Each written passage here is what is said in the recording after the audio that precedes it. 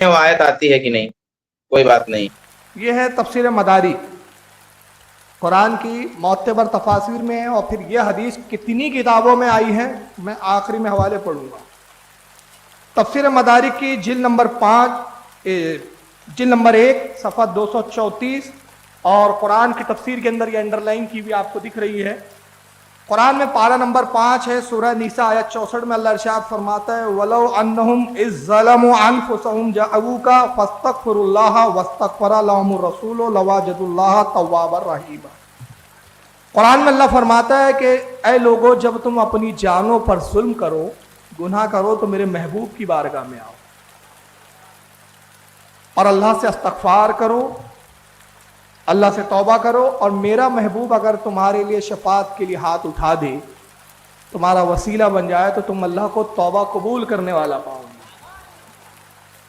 یہ تو قرآن میں ہے، اور اس کو ایک بھی حدیث نہیں ملی اور ایک بھی آیت نہیں ملی۔ اب آئیے اس آیت کریمہ کی تفسیر میں صاحب تفسیر مدارک ایک حدیث نقل کر رہے ہیں۔ یہ حضرت علی سے حدیث ہے، کہتے کیلا جاء عربی بعد دفانہ علیہ السلام، کہتے رسول اللہ کے دفن کے بعد، سرکار کے وصال کے بعد جب آپ دفن ہو چکے تھے، ایک عربی رسول اللہ کے روضے پر آیا، فرما بنفسہ علی قبرہ، اور اس نے اپنے آپ کو قبر رسول پر جھکا دیا، قبر رسول جو چمٹ گیا، وحسا من ترابہ علی راسہ، اور پھر اس نے قبر مبارک کی مٹی کو لیا اور اپنے سر پہ ڈالنے لگا، سرکار کے روضے کی مٹی کو لیتا ہے، اپنے سر پہ ڈالتا ہے، وقال یا رسول اللہ، اور اس نے کہا یا رسول اللہ، یعنی وصال کے بعد یا رسول اللہ کہہ کر پکارنا، یہ بھی ثابت ہے حدیث میں، اور حضرت علی روایت کر رہے ہیں، اور بھی صحابہ موجود ہیں وہاں۔ قلت، اس نے کہا اللہ کے نبی آپ نے کہا، فسمعنا وقانا فیما انزل علیک، اور آپ پر عرض کیا، اس میں یہ بھی موجود ہے وَلَوْ أَنَّهُمْ إِذْ ظَلَمُوا أَنفُسَهُمْ جَاءُوا، اس نے وہی آیت کریمہ پڑھی کہ جب تم اپنی جانوں پہ ظلم کرو تو میرے محبوب کی بارگاہ میں آؤ۔ کہتا ہے اللہ کے نبی آپ کے رب نے کہا ہے، آپ نے فرمایا، ہم نے سنا ہے کہ آپ کا رب فرماتا ہے جو کچھ اس نے آپ پر نازل کیا اس میں یہ بھی ہے کہ جب تم اپنی جانوں پہ ظلم کرو تو میرے رسول کے روضے پر آؤ۔ وقت ظلمت نفسی، اللہ کے نبی میں نے اپنے آپ پر، اپنے نفس پر ظلم کیا ہے، وجیتک استغفر اللہ من ذنبی، اور اس لیے حاضر ہوا ہوں کہ آپ اپنے رب سے میرے لیے استغفار کریں، فاستغفر لی من ربی، اپنے رب سے میرے لیے استغفار کریں۔ تو اللہ کے نبی حضرت علی کہتے فندی من قبرہ، پس ہم نے قبر رسول سے ایک آواز سنی، نبی پاک کی آواز آئی، قد غفر لک، جا تجھے بخش دیا گیا۔ نبی کی حیات بھی ثابت ہو گئی، جو مر گیا ہم اس کو رسپیکٹ کرتے ہیں، جو مر گیا رسپیکٹ کرتے ہیں۔ ابے جاہل، وہ مرے نہیں ہیں، باخدا واللہ وہ زندہ ہے، وہ زندہ ہے، تو زندہ ہے واللہ، تو زندہ ہے واللہ، میرے چشم عالم سے چھپ جانے والے۔ جو اپنے نبی کو مردہ کہے اس کا ایمان خود مردہ ہو چکا ہے۔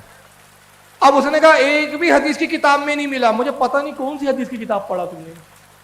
اب سنی حوالے ذرا دیکھیں گنے، میں نے پہلا ایک حوالہ دیا تفسیر مدارک جلد نمبر 1 صفحہ 234 سورہ نساء آیت 64، تفسیر قرطبی، امام قرطبی نے جلد 5 صفحہ 265 پر اسی حدیث۔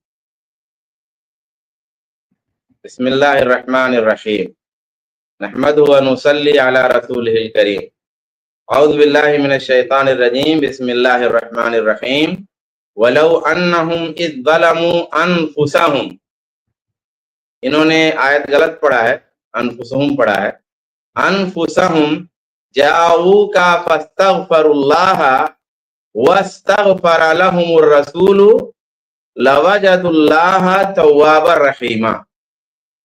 یہ آیت ہے، اس آیت کو پیش کرنے کا جو مقصود ان کا ہے وہ یہ ہے کہ ایک تو رسول گرامی صلی اللہ علیہ وآلہ وسلم کا آپ کی وفات کے بعد وسیلہ پکڑ سکتے ہیں، اور اسی طریقے سے رسول گرامی صلی اللہ علیہ وآلہ وسلم کو آپ کی قبر پہ جا کر یا دوسری جگہوں پر بھی رہ کر کے آپ صلی اللہ علیہ وآلہ وسلم کو مدد کے لیے، کسی ضرورت کے لیے، حاجت کے لیے پکارا جا سکتا ہے۔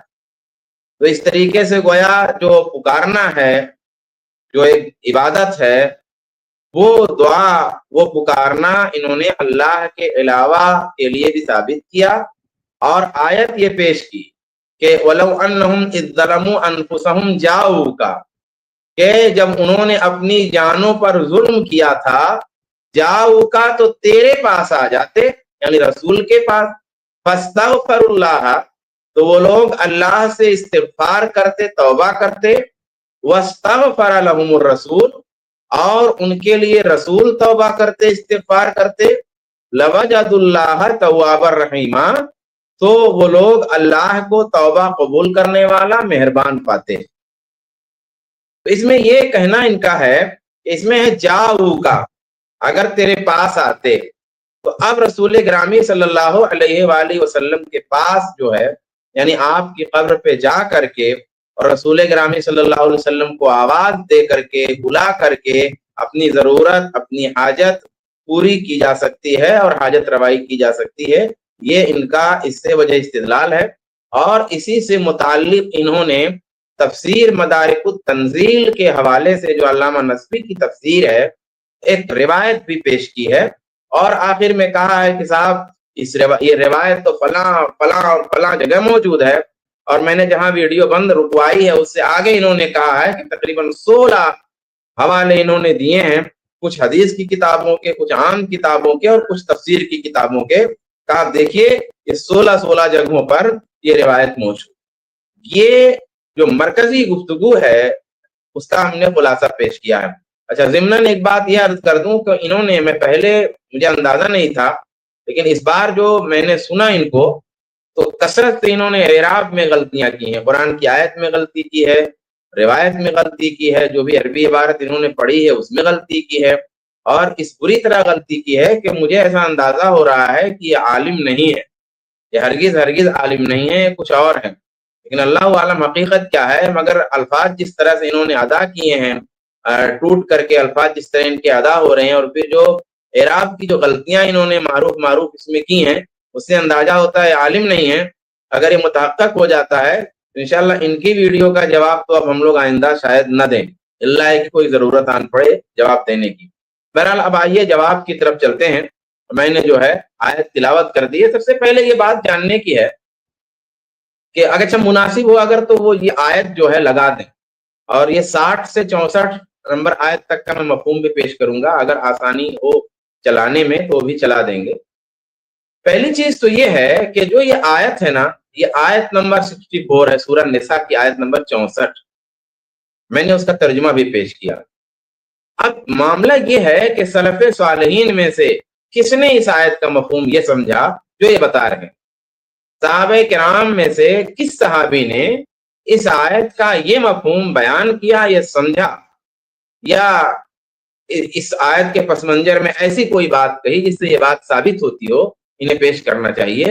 ایک بھی بات یہ پیش نہیں کر سکتے صحابہ کرام اور سلف صالحین کے حوالے سے اس آیت کی تفسیر میں، کیونکہ جہاں پر قرآن ہمارے لیے دلیل ہے، وہیں پر قرآن کو سمجھنا کیسے ہے، اور قرآن کی کسی آیت کا معنی اور مفہوم صحابہ کرام نے کس طرح بتایا ہے، وہ سامنے رکھنا بہت ضروری۔ یہ پہلی بات ہو گئی۔ دوسری بات یہ ہے کہ یہ آیت مبارکہ اصل میں منافقین کے سلسلے میں نازل ہوئی تھی۔ ایک اصولی بات تو یہ ہے کہ بھائی عبرت جو ہے، نصیحت جو ہے، وہ لفظ کے عموم سے ہے، لیکن آیت جس کے بارے میں نازل ہوتی ہے اس کو نظر انداز نہیں کیا جا سکتا۔ جب شان نزول ہم پیش کرتے ہیں اس کا مطلب یہ ہوتا ہے کہ اس آیت کا جو صحیح محل ہے اور صحیح مفہوم ہے وہ واضح ہو جاتا ہے۔ عبرت اس سے عام ہوگی، نصیحت اس سے عام ہوگی، لیکن شان نزول کیا کرتا ہے کہ آیت کے صحیح مفہوم کو کلیئر کر دیتا ہے۔ جو دوسرے لوگ غلط معنی پہنا رہے ہوتے ہیں، غلط مفہوم جو دے رہے ہوتے ہیں، وہ مفہوم پھر باطل ہو جاتا ہے۔ تو آئیے یہ دیکھ لیتے ہیں کہ اس آیت کا پس منظر ہے کیا، اس آیت میں بات کہی کیا گئی ہے اور اس سے مراد کیا لی جا رہی ہے۔ یہ آیت اصل میں منافقین کے سلسلے میں نازل ہوئی تھی، اور پیچھے سے دیکھ لیجئے، یعنی آیت نمبر 60، 61، 62، 63، پھر یہ آیت نمبر 64 ہے جو انہوں نے پیش کیا ہے۔ آپ وہ دیکھیں آیتوں کو، تو انشاءاللہ آپ کو سمجھ میں آئے گا کہ بات اصل میں ہے کیا. میں خلاصہ کر دیتا ہوں جو ان چاروں آیتوں میں بات کہی گئی ہے. اصل میں معنی یہ ہے، کہا یہ گیا ہے کہ یہ لوگ ایمان کا دعویٰ تو کرتے ہیں مگر اپنے فیصلے طاغوت کے پاس لے جاتے ہیں. یعنی اللہ کے رسول صلی اللہ علیہ وآلہ وسلم سے شریعت کی روشنی میں فیصلہ کروانے کے بجائے سرداران یہود اور سرداران قریش سے یہ لوگ فیصلہ کروانا چاہتے ہیں. اور جب انہیں قرآن و سنت کی طرف بلایا جاتا ہے تو یہ لوگ منہ پھیر لیتے ہیں. یہ لوگ جب ان کے کرتوت کی بنا پر کسی مصیبت میں پھنس جاتے ہیں اور اپنی بات میں جب پھنس جاتے ہیں تو آ کے جھوٹی قسمیں کھاتے ہیں کہ صاحب ہمارا ارادہ ایسا نہیں تھا، بلکہ ہمارا ارادہ تو اچھا تھا، نیکی کا تھا. بھلے بظاہر آپ کو لگ رہا ہے کہ یہ غلط تھا لیکن ارادہ ہمارا غلط نہیں تھا.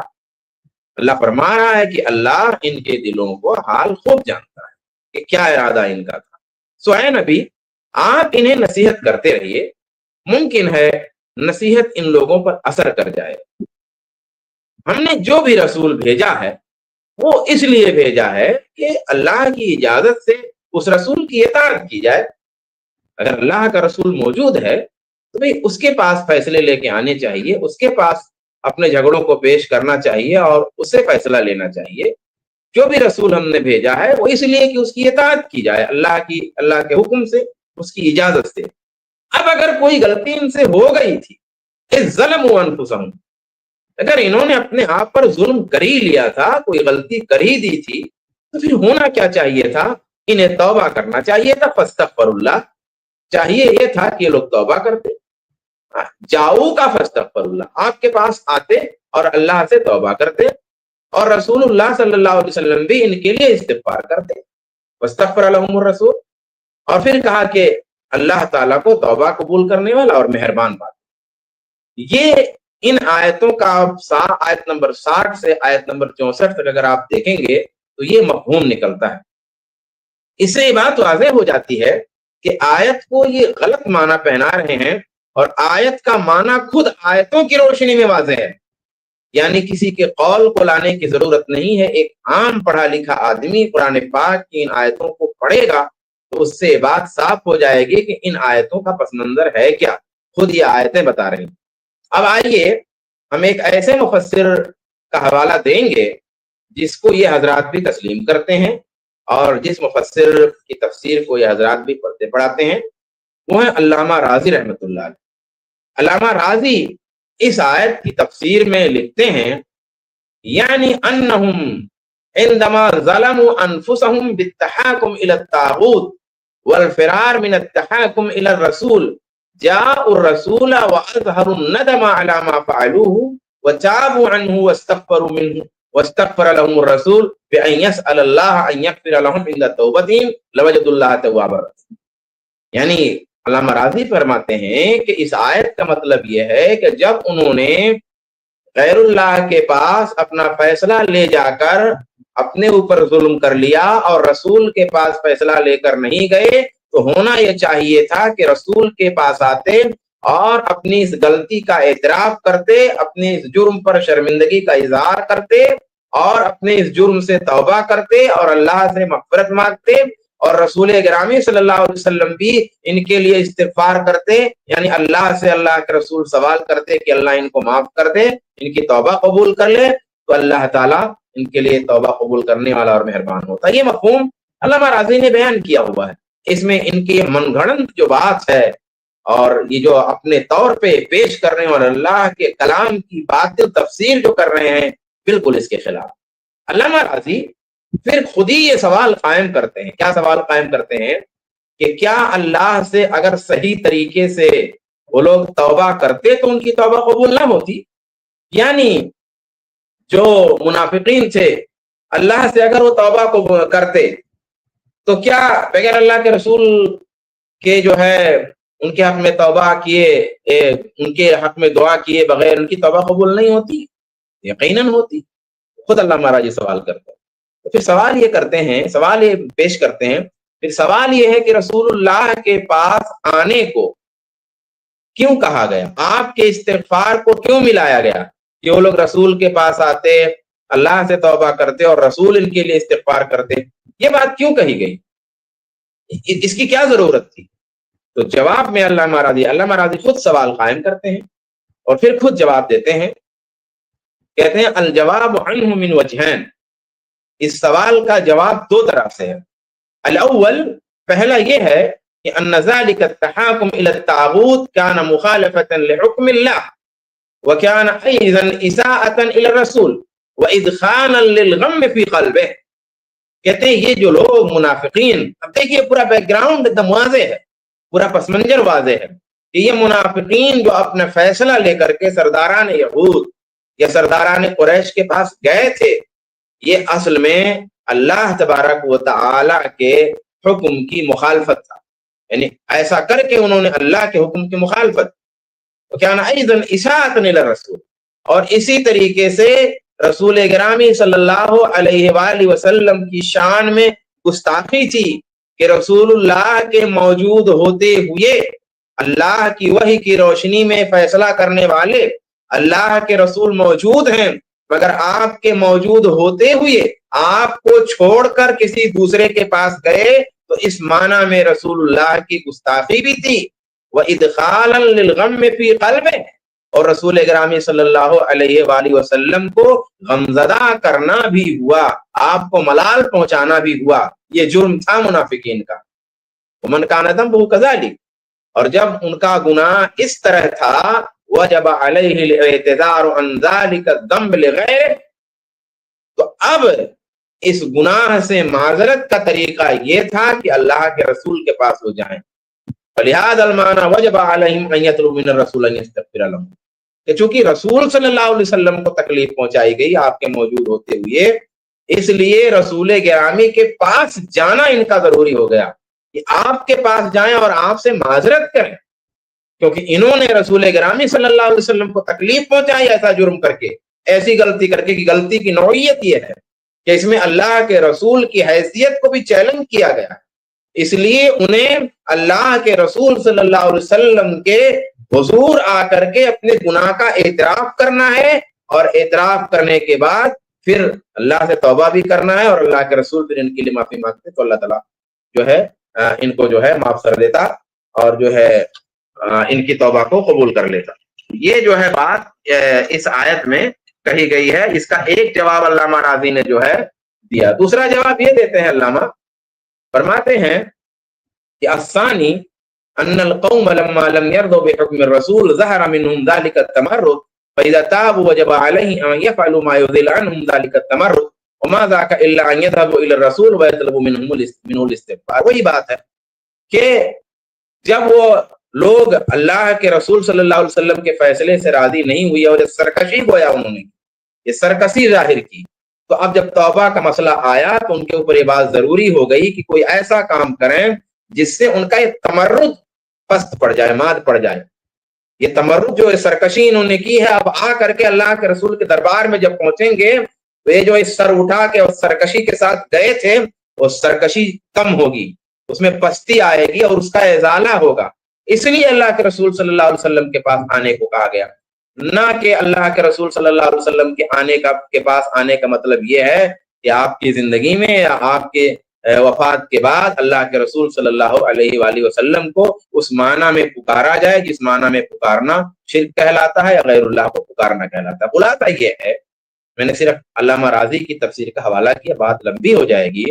خلاصہ یہ ہے جو اور بھی مفسرین نے بات کہی ہے تقریباً اسی پس منظر میں، تو مفسرین کی باتوں کا خلاصہ یہ ہے کہ منافقین کے سلسلے میں رسول اللہ کے پاس آنے، خود استغفار کرنے اور رسول اللہ سے استغفار کے مطالبے کا جو تذکرہ ہے وہ آپ کی زندگی سے متعلق، وفات کے بعد اس کا تعلق ہی نہیں ہے، یہ بات آپ کی زندگی سے متعلق ہے۔ اور وہ بھی بیک گراؤنڈ کیا ہے، پس منظر کیا ہے، وہ میں نے بتا دیا کہ اس کا تعلق منافقین سے ہے۔ اب انسان کی اپنی سمجھ پر ہے کہ وہ خود کو منافق سمجھتا ہے یا مومن سمجھتا ہے۔ گناہ اگر ہوا ہے اس طرح کا تو منافقین کو ہے کہ اللہ کے رسول کے پاس آنا ہے اور حاضری دینی ہے۔ اگر کسی مومن سے گناہ ہوا ہے تو اس کے سلسلے میں ایسی کوئی ہدایت نہیں ہے کہ اسے اللہ کے رسول کے پاس آنا ہے تب اس کا گناہ معاف ہوگا۔ یہ منافقین کے بارے میں ہے۔ اب جو لوگ اس آیت سے استدلال کر کے سمجھتے ہیں کہ اللہ کے رسول کے دربار میں جا کر کے توبہ قبول کروانا ہے، تب تو پتہ نہیں کتنے لوگ پھر ان کے قول کے مطابق جہنم میں چلے جائیں گے، کیونکہ اللہ کے رسول صلی اللہ علیہ وسلم کے وفات کے بعد ہی قبر پر ہی اگر اس آیت کی تفسیر وہ صحیح مانی ہی لی جائے جو یہ کہہ رہے ہیں، تو کتنے لوگ جا رہے ہیں بھائی؟ کتنے لوگ جا پائیں گے رسول اللہ صلی اللہ علیہ وسلم کی قبر پر اپنے اپنے گناہوں کی توبہ کروانے اور اللہ کے رسول کے دربار میں حاضری دینے؟ کتنا ہو پائے گا؟ یہ مطلب عجیب سی بات ہے نا، کہ اگر یہی شرط ہے تو پھر یہ تو پوری ہی نہیں ہوگی، پہنچ ہی نہیں پائیں گے سارے کے سارے لوگ۔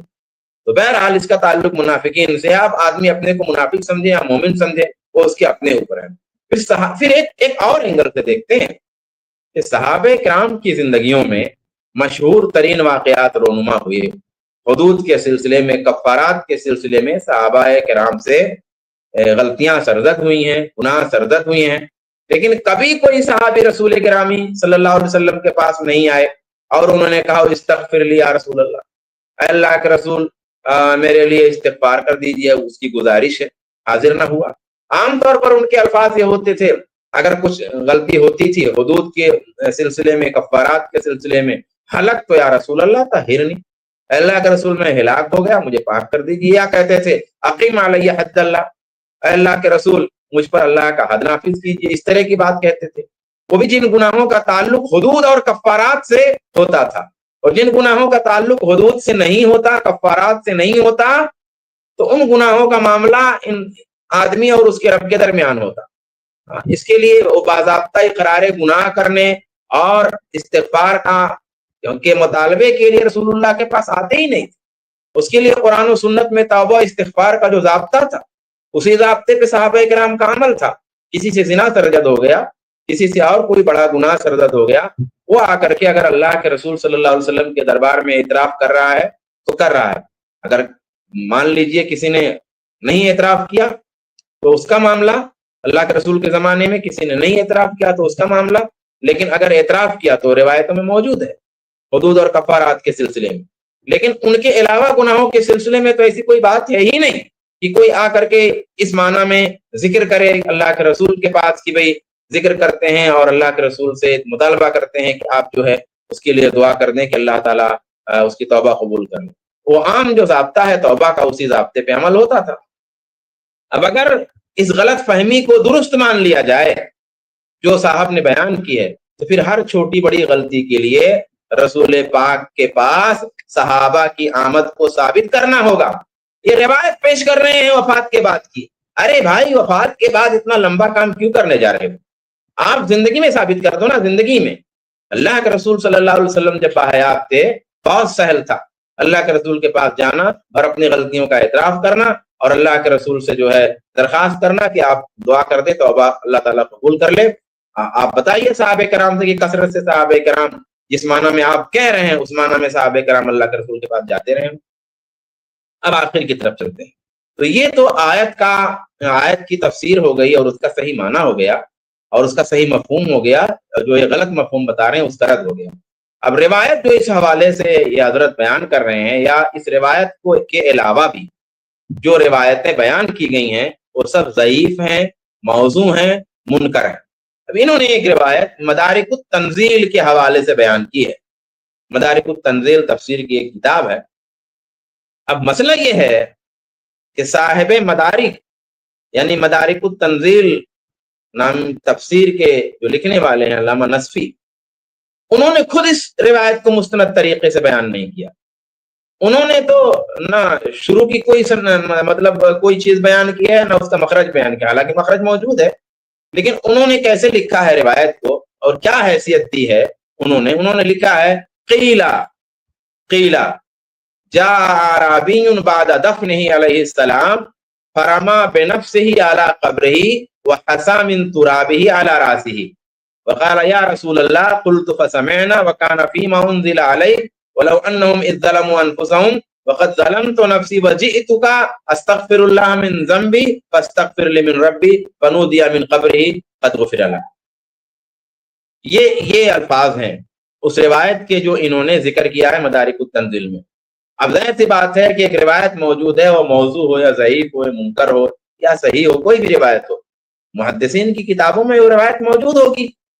ہم لوگ پر بار بار بات کر چکے ہیں کہ بھائی حدیث کی کتابوں میں ضعیف روایتیں بھی ہیں, موضوع روایتیں بھی ہیں, من گھڑنت روایتیں بھی ہیں, سب روایتیں ہیں, محدثین نے جمع کیا, ان کی وہ ایک حکمت ہے, اس پر تفصیل سے بات ہو چکی ہے ہمارے یہاں بہت دفعہ. جو بھی اہل علم ہے, پڑھے لکھے, کسی بھی مسلک کے ہوں, کسی بھی مکتب فکر کے ہوں, یہ باتیں سب جانتے ہیں, ایک عام طالب علم جانتا ہے اس بات کو. اب مطلق یہ کہ بھئی مدارک التنزیل تفسیر کی کتاب میں روایت ذکر ہے, کسی حدیث کی کتاب میں یہ روایت ذکر ہے, اس سے اس روایت کی صحت کا کیا مسئلہ ہے؟ وہ روایت قابل قبول تھوڑی ہو جائے گی. امام بہقی کے یہاں موجود ہے روایت, اس میں جو ہے کئی راوی ہیں جو مختلف اسباب کی بنا پر ضعیف ہے. میں صرف ایک راوی کی طرف اشارہ کرتا ہوں کہ اس روایت کی کیا حالت ہے. مثال کے طور پر ایک راوی ہیں اس میں یزید, ان کے بارے میں امام شعبہ کہتے ہیں کہ اس سے حدیث بیان کرنے کے مقابلے میں زنا کر لینا کمتر چیز ہے. یعنی زنا معمولی ہے اس سے حدیث بیان کرنے کے مقابلے میں, یعنی زنا سے بڑا معاملہ ہے اس آدمی سے حدیث بیان کرنا. ایک راوی ایسا ہے, اور بھی اس طرح کے روایت ہیں. اب آپ اندازہ کر لیجئے کہ حضور نے کیسی روایت کو جو ہے دلیل کے طور پہ پیش کیا ہے, اور ان کے علم اور مطالعہ کی کیا حالت ہے. اور یہ حضرات جو ہے کس طرح سے جھوٹی باتیں بغیر سند کے, بغیر سرپیر کے, بغیر تحقیق کے, بغیر علم و فن کی دنیا میں جانچے ہوئے پیش کر دیتے ہیں. بھائی اگر آپ کا گہرا مطالعہ نہیں ہے تو کم سے کم تقریر کرنے سے پہلے تیاری تو کر سکتے ہیں, تحقیقات تو کر سکتے ہیں. یہ تو سند کا حال ہے. اس روایت کا جو متن ہے, اچھا یہی روایت نہیں ہے, اس معنی کی اور کئی روایتیں ہیں منکرات میں سے, ان کو بھی پیش کیا جاتا ہے. علامہ ابن کثیر نے بھی خود پیش کیا ہے. تو اس روایت کے متن سے بھی پتا چلتا ہے کہ اس روایت کی کوئی حیثیت نہیں. جیسے فرما بنفسہ علی قبرہ, اب اپنے آپ کو اللہ کے رسول کی قبر پہ ڈال دیا, پل پڑا رسول اللہ کی قبر پر, ہاں منہ کے بل غیر پڑا اسی پر, اللہ کے رسول کی قبر پر. اب یہ رسول گرامی کی قبر پر جانے کے جو آداب ہیں اس کے بالکل خلاف. اور اگر یہ واقعہ درست ہوتا, اور جیسا کہ حضرت کہہ رہے ہیں کہ صحابہ موجود تھے, صحابہ کی موجودگی میں ہوتا تو صحابہ اس سے روکتے. اس کا مطلب متن بتا رہا ہے کہ یہ روایت من گھڑنت ہے. اسی طرح اس روایت کے دوسرے الفاظ ہیں فجلست بحذائہ, قبر رسول کے برابر میں ہو کے بیٹھا, یہ بھی خلاف ادب ہے. اور دوسرے ان دونوں الفاظ ایک دوسرے کے خلاف. تو میں نے جیسا کہ بتایا کہ محدثین کا یا مؤلفین کا, کتاب لکھنے والوں کا یا مفسرین کا اپنی کتابوں میں, اپنی تفسیروں میں, تفاسیر میں کسی روایت کو اگر ذکر کر دینے سے کسی روایت کی صحت کے لیے دلیل نہیں ہوتی. یہ حضرت نے 16 حوالے ذکر کیے ہیں. 32 حوالے ذکر کیے جا سکتے ہیں, لیکن ان 32 حوالوں سے کیا ہوگا؟ 40 حوالے بھی ہو سکتے ہیں. زمانے سے وہ حدیث مختلف لوگوں نے نقل کی ہوگی تو 100 کتاب کے نام بھی لیے جا سکتے ہیں نا, کہ لوگوں نے اس روایت کو اپنی کتابوں میں ذکر کیا ہو. لیکن 100 کتابوں میں یا 1000 کتابوں میں کسی روایت کے لکھ دینے سے اس روایت کی اگر کوئی حقیقت نہیں ہے تو صحیح تھوڑی ہو جائے گی. ایک جھوٹی خبر اگر 50 اخبارات میں چھپ جائے تو پھر چھپ جانے سے خالی وہ خبر تھوڑی صحیح ہو جائے گی, وہ 50 میں چھپے یا 60 میں چھپے. یہی حال اس روایت کا ہے اور یہی حال ان کے حوالے کا ہے. علامہ ابن کثیر کی طرف جیسا کہ میں نے اشارہ کیا کہ انہوں نے خود بھی اسی معنی کی ایک دوسری روایت بیان کی ہے اور کئی لوگوں کے حوالے سے بیان کی ہے. تو کسی روایت کے محض ذکر سے وہ قابل استدلال روایت نہیں ہو جاتی.